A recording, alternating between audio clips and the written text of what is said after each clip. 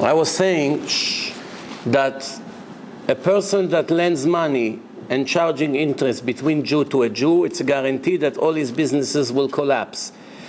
People who their business collapse because of different reasons, they have a chance to come back on their feet. But people who lends money with interest, not only that their business will not collapse, when times the resurrection of the dead come, they don't resurrect in the resurrection of the dead, as I said before, unless if the Jew that they're lending money is in Mechalel Shabbat. Someone who doesn't keep Shabbat and knows Shabbat it's a holy day, somebody like that consider in a halacha like a goy. And when you charge him interest, you did not violate the laws of the Torah because he is in a band out of Judaism as long as he's not Shomer Shabbat. But if he become religious in a term of the loan, you have a problem. Because now you're not allowed to charge him anything. You have to return to him the money and not charge another penny of interest. Jews to non-Jews allowed to give interest, allowed to give and allowed to charge. However, we said before that there are, when you give loans, there are orders who you are obligated to give more. First, your brother, somebody from your neighborhood, they come from someone from another town is secondary. Jews and non-Jews, the Jews comes first because the Torah says, Achicha, your brother, someone from my nation. Therefore, sometimes the Torah does not say, just speak general, that Jews and non-Jews. You should not kill no one. You should not steal from anyone. But finding a person to give him his lost object, I'm obligated now to search for, I found something on the street, only to my people from my nation. And same thing here. Giving loans, what's my obligation? First to my brothers and sisters. If I have still more, I can give it to other person. So this is briefly what I hope that the recording didn't die in the beginning. We'll see, we'll go over it later and we'll see what we lost and not. Okay, now the Gemara say people who gives, they charge interest, it's very sweet in their mouth, but they don't know that really it's only an illusion. And if you lend money to a person, when you see him coming on the street, not only you're not allowed to go face to face with him, you have to go away that he doesn't see you because you're not allowed to embarrass him. You know, not like today, he runs after him everywhere he is, that to remind him, hey, you're 30 days late.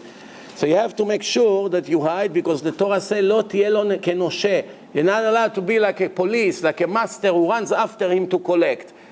As if you know he doesn't have. If you know he's a multi-millionaire and he's just a crook, so he doesn't want to pay you, it's a different story, you're allowed. But you know, there's a doubt. You don't know. Maybe he has, maybe he doesn't have. Not because he has a fancy car means he has cash now. He may not have any cash. He lost it in a stock market, whatever. If you don't know for sure he has the money, you're not allowed to bother him. Then the Torah continue. The Torah says like this. Someone, Amar Rabbi Yehuda, someone who has money, funds, and give them out without witnesses, violating the rules of the Torah. He has to always make sure that he has witnesses that saw that he gives money to this individual. Even if he trusts him very much, even if he has beautiful beard, even if he's the rabbi of the shul, even if the chief rabbi of the world, doesn't matter. You want loan from me? If it's a check, you don't need witnesses. It's a legal document. Everybody sees. But if it's cash, you have to put people to see how you count the cash and give it to him, and they have to sign. If you have a shtar, if you make an agreement, if you don't make a shtar, you just give it to him, the witnesses have to remember that you gave him the money. Why is it? Because this is helping us to eliminate our evil inclination. Because remember, what's happening is, the evil inclination, once you take the loan, you intend 100% to give it back. But after you have it, comes the Satan and begin to drill in your head. Don't give it to him, he's rich, you have to pay your children tuition. Come on, what's going to happen? He will forgive you, don't worry. There's all kinds of things in the head. And especially when there's no witnesses. Deny that he gave you the money. So big deal. One person will hate you, but at least you have all the money for yourself. It's very difficult, the economy is very bad, but once there's witnesses, you don't begin to think like this. You know, right away, it takes you to the Beit Din, you have a big embarrassment. Everyone in town knows that you're a crook.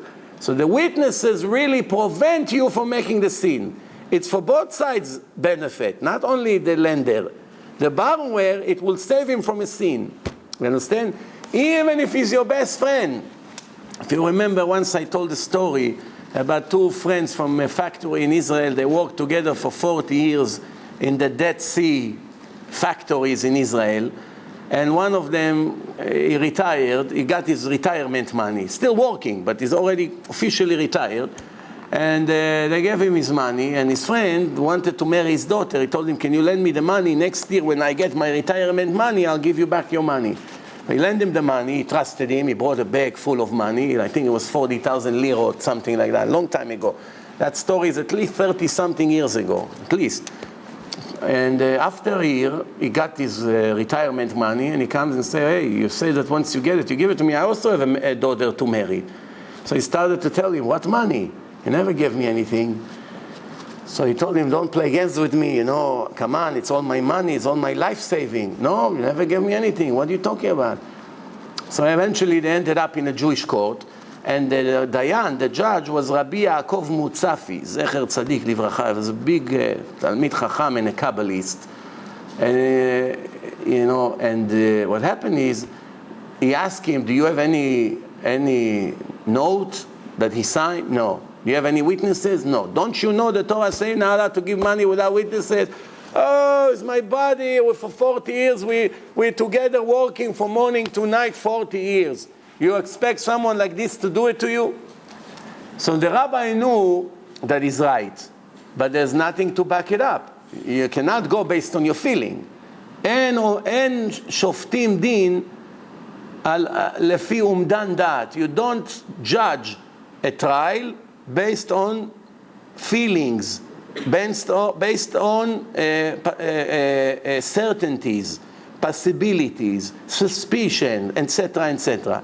You don't go like this. It has to be 100. In Israel, in a Jewish law, you don't have is innocent if there is a reasonable doubt. Is guilty if there's no reasonable doubt. This is in America, not in the Torah. In the Torah, is innocent if there is any doubt, even 1% doubt. And is guilty only if it's proven 100%. There's no reasonable, take away the reasonable. This is an American invention. According to the Torah, a person that wasn't proven guilty, you cannot touch him. You have to let him go. Even though everybody feels that he is the criminal, it wasn't proven. There's no way to judge a person when he still have a doubt that maybe he didn't do it. So now the rabbi knows he has to find a way that this person will admit. So he told him, come back tomorrow morning. We're going to bring a dead body, that someone who will die today. I will call Chevrat Kadisha. I tell them to bring the body into the Beit Din. And before I let you go, because obviously I cannot get the money out of you, so I just want you to hold the hand of the dead body and repeat few words after me. And if you really didn't get the money, then you're free to go. But you should know that if you did get the money, we the Kabbalists have a special way that this dead person, his hands will be tighter and tighter on you until it will smash your hands and you can die. It's not a joke. So you have to think again if you want to go through it. That's my way to know if you really got the money or not, since there's no witnesses and no note. So the guy said, this rabbi is telling me all these stories now. Body, dead body. It's a lot of money it's a whole retirement money. So, okay, Rabbi, I'll come tomorrow 9 o'clock. So really, you see, in the morning you see an ambulance of Chevrat Kadisha, they bring a body, they bring it inside with wheels. The inside is starting to get nervous. Then the rabbi says, repeat after me, hold the hand of the dead body. And he says to him like this, repeat after me, I never got the money. He gives him the whole thing. I promise, he never gave it to me ever before, no. And while he's doing it, he started to feel that really the dead person is holding his hand tighter and tighter. And the rabbi says, see, I already see that the hand of the body is closing on you, and I'm telling you, it's going to become worse until you can fall and die. Be careful. Don't say I didn't warn you. Don't say I didn't warn you. Be careful. After it became really hard, he started to get nervous. He said, okay, Rabbi, fine, you're right. I got the money. I'm sorry. How much you got? 40,000. Where? in a locker room. How long ago? A year ago. Why you don't pay it back? I will pay it back, I promise. You sure? You admit? Yes. Okay, you can get up. The dead person became very alive. The resurrection of the dead. Everybody hugged. In the court, they're clapping. That was the Chacham. That's what the Torah told the judges. You have to be a snake with the snakes. You gotta be a snake with a snake. That's the only way to get things out of them. You know, it was the Ramah, Rabbi Moshe Isserlich, is the main Ashkenazi posek in the last 500 years. In Shulchan Aruch, you have all his comments. All the Ashkenazim all over the world follow his psakim. So the Ramah was also a judge. One time, he saw a couple of people, the one suing the other for money, So he actually blamed him. No, there's a person went to sleep in a motel, and he had a gold watch, and he hid the gold watch under his blanket, whatever. And then when he came back, there was only the owner of the motel, and the watch disappeared. Now, who has the key to the room? The owner of the motel. And the gold watch disappeared. So he took him to Beit Din. Now there's no witnesses. So the Ramah saw that the thief has a silver tobacco box. You know the round tobacco box, the powder, the brown powder that the old people like to put some in their nose and makes them sneeze. It's not so in style anymore. When I was a kid, almost all the old people in Israel from the Middle Eastern country, they were pushing it into their nose. That's all what they do all day. They put it in and sneeze. And, you know, that's how it is. And I, by the way, saw a few days ago a Chassid, Chassid is taking tobacco and put it in his nose. I saw it. I was very surprised. Yeah, anyway, okay, so what happened, usually it was Moroccans, Yemenite, Iraqis, this kind of people. Anyway, now, so he saw that the crook has a beautiful tobacco box, and he puts, while they in a Beit Din, he put some tobacco in his nose. So he said to him, would you mind let me take some tobacco? The Ramah said to him. And he said yes. So he took it, and he left it on his table. And they continuing. Then he said, okay, we take a 10 minutes break. Okay, so they go out. He comes quickly to his assistant. He says, see, take this tobacco box. Run quickly to this crooks, to his wife. Run to his wife, knock on her door, tell her your husband sent me quickly now to get the gold watch from you that he stole last night from the tenant in a motel. And the sign, there was no telephone. The sign that he really sent me to get the gold watch, he gave me his personal tobacco box. This is the sign that he really sent me. He say, look at this, recognize it's your husband? She say, oh, yeah. My husband love it. He'll never give it to anyone. So, okay, so quick, give me the gold watch. So by the time the break was over, they're coming back in. So he said to the guy, so you sure he never stole the gold watch? No, Rabbi, I swear to you, no. He said, do you recognize this watch? Gotta be clever. That's why the Torah said, don't ever lend anything without witnesses. Anything. Okay, now let's move on. So the Gemara says like this. Which sin you make by giving loan to someone and not putting witnesses to witness the case? Lifnei iver lo titen michshol. Do not set a trap in front of a blind person. What does it have to do with blind person? Giving a person money without witnesses is almost forcing him to cheat you. You're putting him in such a test that unfortunately most people will not be able to pass. Once you put the witnesses, you save him from the sin. What is it like? You don't put cocaine in front of a drug addict. What do? You don't put alcohol or take a friend of yours that is trying to recover from alcohol addiction. You don't take him to sit to him and talk to him in a bar when everyone drink beer around him. You don't do things like this. If you know your friend is a crook, is a thief, first, why is your friend? That's one question. But let's say still, I don't know, you cannot break your friendship with him. You don't bring him into your bedroom and say, wait for me here, I'm going to get water. What's the first thing the thief does? Right away, open the drawers, what he can steal. So you have to recognize the weaknesses of the people you deal with. Same thing, even your wife. You know, she has a weakness, or husband. You don't bring her to violate that weakness that she has. Everyone has a weakness. Sometimes a person is angry, don't get on his nerve. Sometimes a person is lazy, you have to know how to deal with him. You have to match your behaving to the other person you're dealing with, whether he's a friend, whether he's a family member. Otherwise, it's called lo lifnei iver lo titen michshol. There's a question in Halacha. One boss was suspecting one of his employees that he steals money from the business.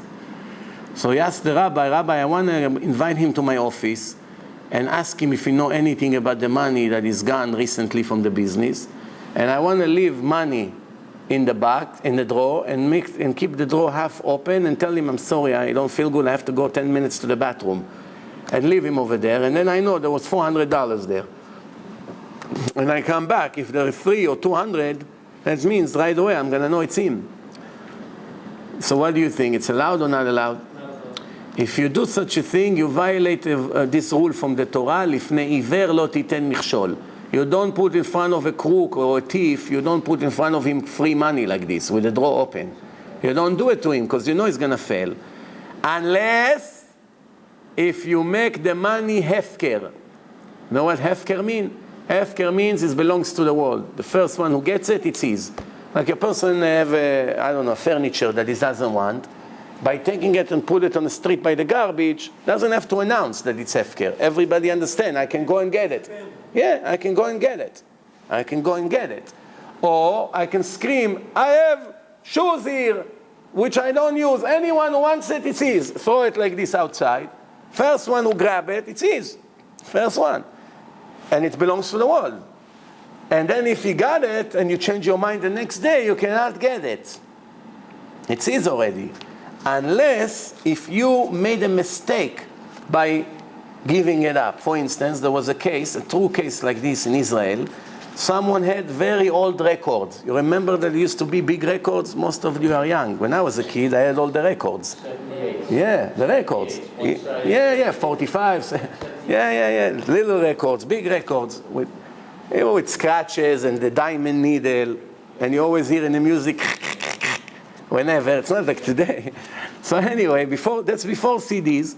Once CDs became very famous 20 years ago, slowly, so the sound is much better. He didn't even get anymore the patifon that was playing this record. After a while, the wife always don't have enough room in the closet. Get rid of all your junk. I can't take it. Some people have obsession not to get rid of things. It's a mental sickness, you know.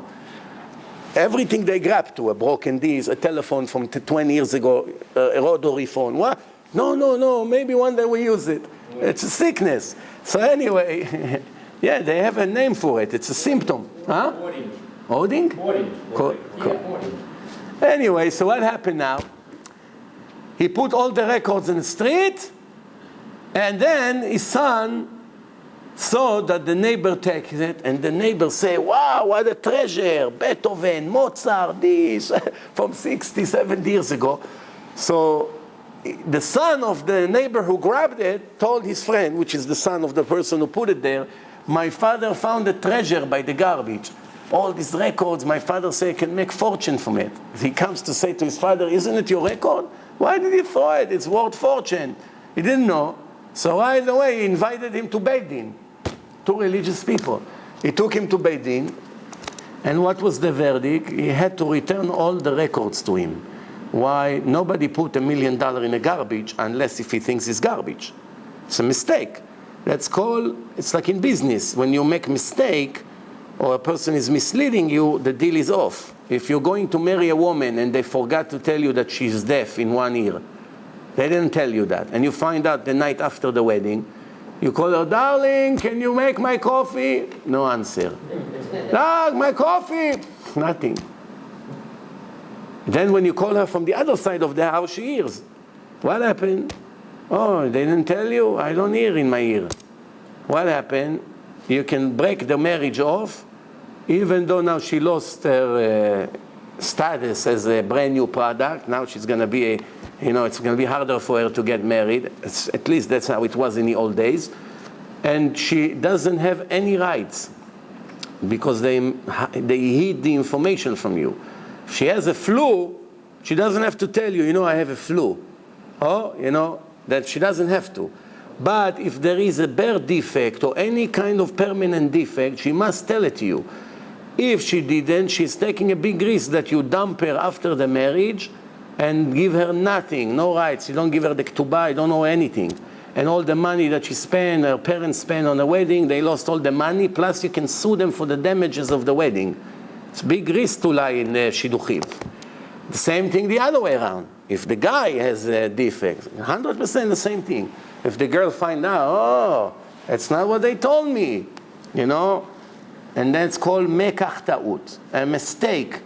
Person is doing a deal based on the wrong information. He has a right to reverse the transaction because it was an innocent mistake. Same thing over here. He said, this record is garbage. He didn't know it's worth fortune. Because in the world that we live in, antiques worth a lot of money. Antique. Okay? Yeah, so now let's move on. So it says like this. Rish Lakish say, bringing a curse to himself if he doesn't put witnesses and he lends money. שנאמר, תעלמנה שפתי שקר, הדוברות על צדיק עתק. What happened? When there's no witnesses, the Lashon Hara begins. He didn't give it to him, he's lying. He paid him, he's lying. To eliminate all this Lashon Hara, all you have to do is put 2 witnesses 1 second and the problem will never start. Amru lerabanan lerav Ashi. The rabbi said to Rav Ashi, Kamekayem Ravina kol ma de'amu Rabanan, shalach le be'adi panya de'ma leshavta, lishdar li mar 10 zuze. He said Ravina and Rav Ashi are significant rabbis in the Talmud. Why? There's many names mentioned in the Talmud, even rabbis that were bigger than them, that lived 200-300 years before them. But they were the 2 that concluded the whole Talmud into the books that we have today, which is approximately 1600 years ago. The period that the Talmud was written took altogether 400 years. From 2,000 years ago, the generation of Rabbi Akiva, Rabbi Shimon Bar Yochai, all these legendary names, until it was brought and edited and concluded into these books that we have, the Talmud. It's Ravina and Rav Ashi wrote everything without computers, without notes, without anything, all with divine vision, because nobody can write a history of learning. Imagine now you go to Harvard University and there are 400 years, thousands of people learning there for every year. 1,000, and everyone brings his opinion about different subjects. And now you have to sit after 400 years and conclude every word that ever took place in this university and conclude everything without contradictions and always aim to the right truth of every subject in thousands of different subjects. You know the opinion of every student, you know the arguments, what he say, what he answer, everything. Do you think that there's anybody who can do such a thing?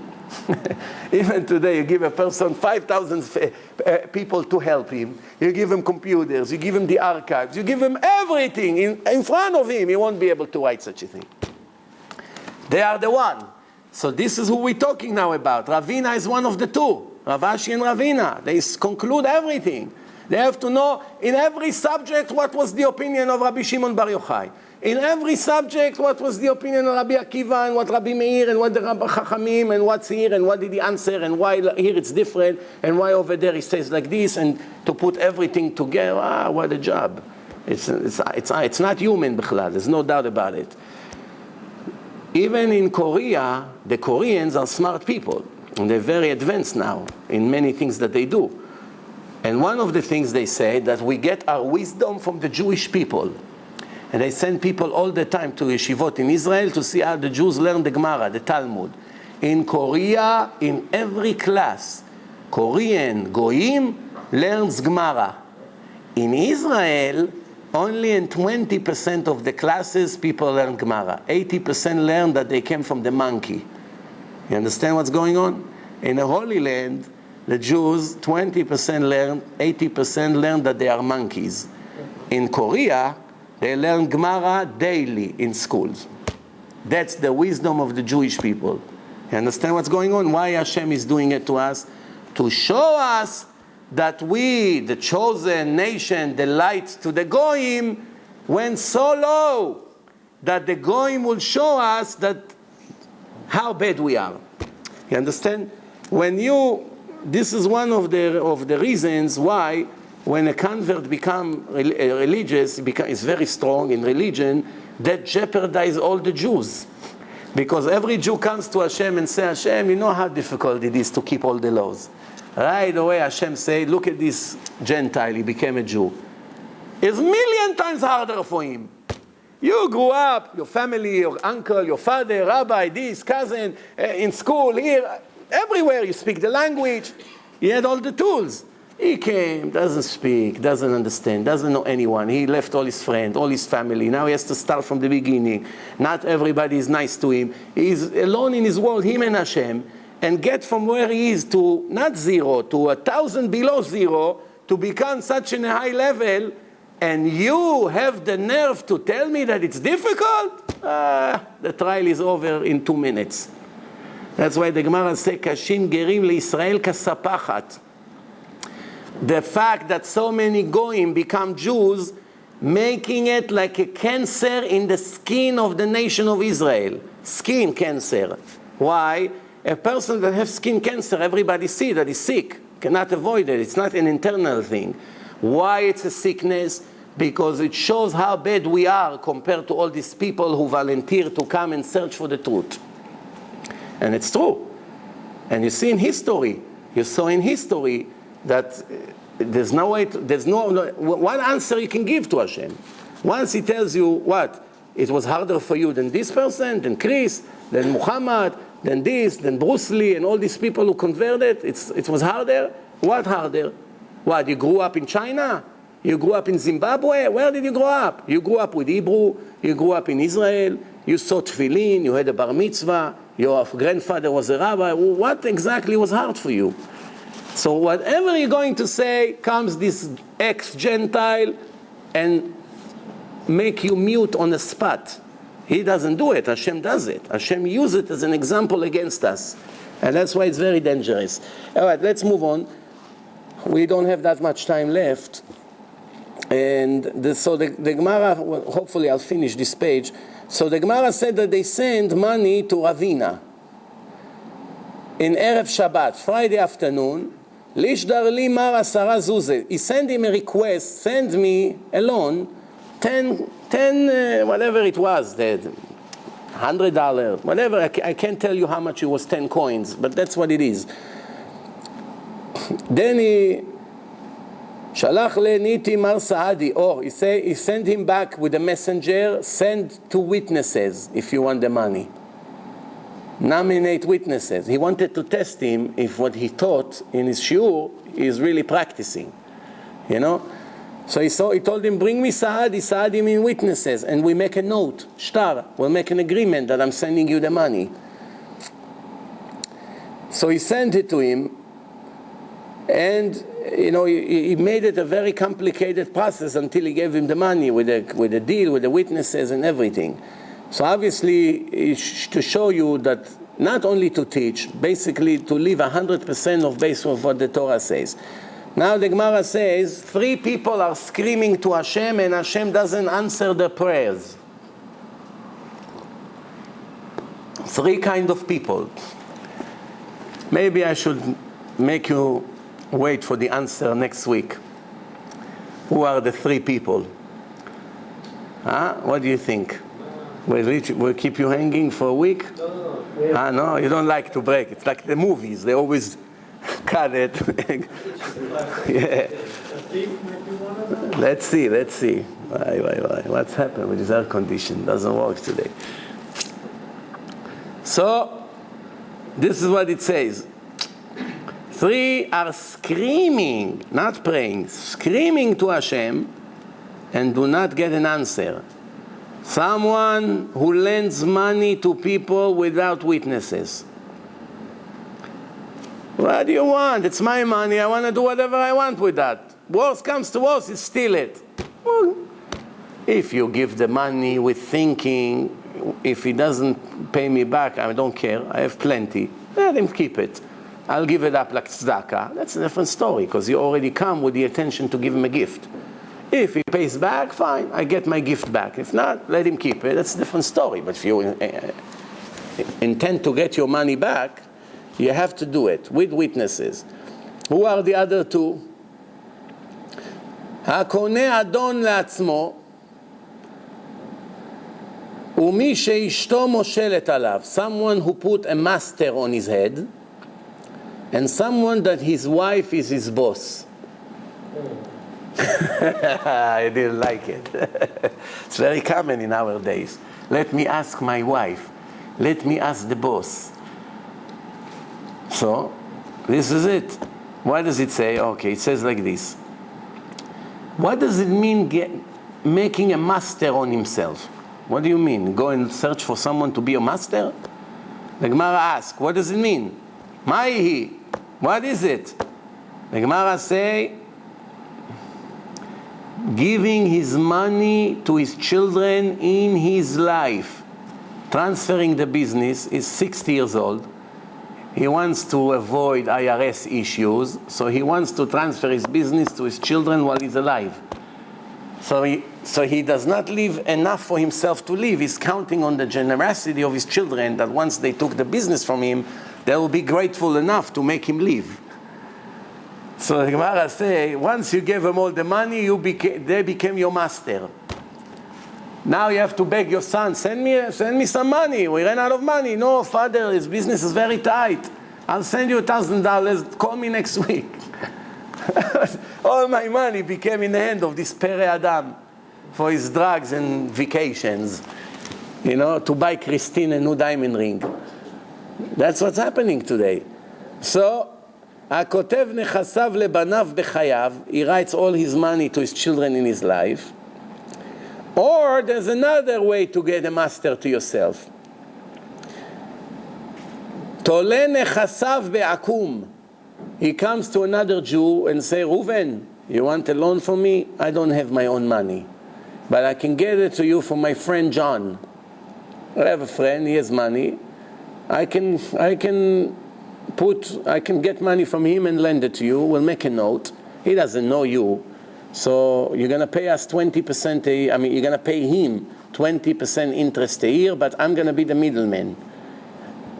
You don't want to tell him that it's your money, because then he's going to tell you, oh, you're a Jew, you're not allowed to charge me interest. It's a sin, I don't want. So you tell him, no, don't worry, it's not my money, I'm only a broker. I'm taking it from John Smith. John Smith is my friend, don't worry, trust me. We do business together. How much you need? $100,000? No problem. Sign the note that I'm the middleman, I'm the one who gives you the money, you give me all the payments, I'm his messenger. But it's really his money. Somebody like this make a master to himself. Why? It's just a matter of time until the guy will meet John on the street or call him in our time and find out that John doesn't know anything about it. And John say, oh, he told you that I gave you the 100,000? Oh, yeah, you're right, it's my money, don't worry. The next thing, he comes to you and say, where is my $100,000 that I gave you? Here is a witness that you say to him that I gave you the money, why are you lying? And believe it or not, things like this happen all the time.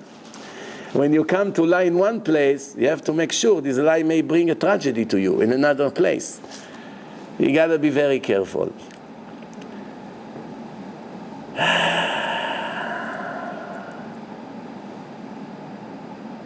Okay, I think we should finish here. That's enough for today. Bezrat Hashem, I want to make an announcement. Every Monday, I used to speak in Fresh Meadow, in 73rd Avenue and 172nd Street. As of the last Monday, we moved.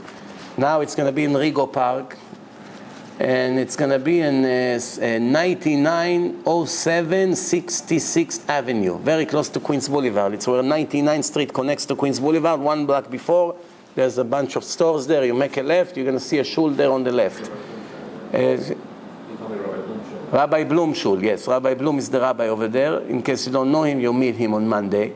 And it was very good last time. It's a little bit harder with parking than Fresh Meadow. It's more quiet area. Over there it's a little bit busier, so someone wants to come have to take extra 10 minutes before the lecture starts at 9 o'clock because it's harder to find parking in the streets over there. That's it. So hopefully we'll see you there on Monday, Bezrat Hashem. Baruch Adonai Leolam, Amen ve'amen.